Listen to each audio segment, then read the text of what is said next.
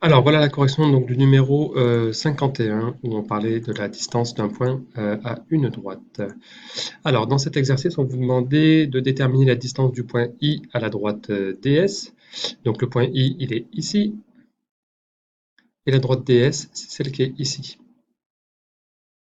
Donc du coup, si on veut déterminer la distance entre le point I et cette droite-là, et ben du coup, il faut mesurer, ou en tout cas, il faut avoir une idée de la mesure du segment qui est perpendiculaire à cette droite-là et qui passe par le point I. Donc on voit bien ici que c'est le segment IS qui est ici. Et donc cette distance-là, elle est de 6.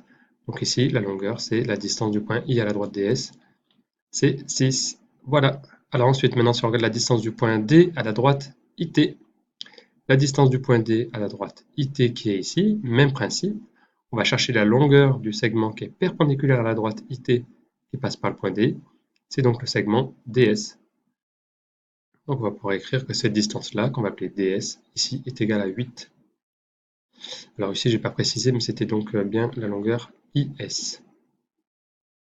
Et enfin, la distance du point T à la droite DS, la distance du point T qui est ici, hop, pour aller jusqu'à la droite DS qui est ici. Donc on ne va pas prendre ce 17 là qui nous intéresse, puisqu'ici il n'y a pas d'angle droit. Donc c'est pas celui-là, mais par contre c'est celui-ci, puisqu'ici il y a bien un angle droit. Donc c'est 15. Et c'est la longueur ST.